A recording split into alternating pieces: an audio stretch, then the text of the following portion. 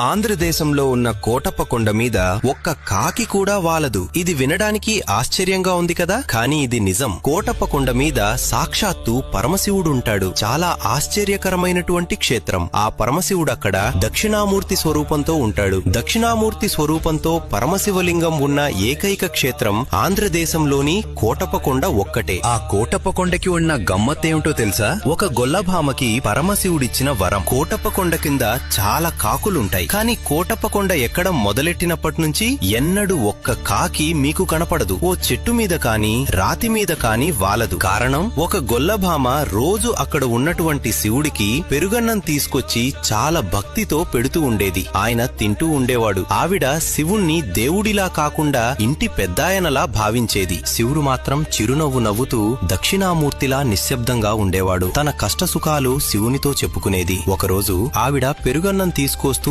అలసిపోయి ఒక చెట్టు కింద సేద తీరుతూ ఉంటుంది. ఇంతలో ఒక కాకి వచ్చి వాలితే ఆ పెరుగు కుండ కింద పడిపోతుంది. అయ్యయ్యో, పైనున్న పెద్దాయనికి పెరుగు పట్టికెళ్తున్నాను. ఈ దిక్కుమాలిన కాకి వాలి పెరుగంతా కింద పడిపోయిందని బాధపడింది. పరమశివుడు వృద్ధ బ్రాహ్మణ రూపంలో కొండ మీద నుంచి కిందకి వస్తున్నట్టు కనిపించాడు. ఆవిడ దగ్గరకు వచ్చి శాంతంగా అన్నాడు, నీకొక వరం ఇస్తున్నానమ్మా. ఇక మీదట ఈ కొండ మీద ఎన్నడూ కాకులు వాలవు అని చెప్పి అక్కడి నుండి వెళ్లిపోతాడు. అంతే. ఆమె చిన్న బాధను పరమశివుడు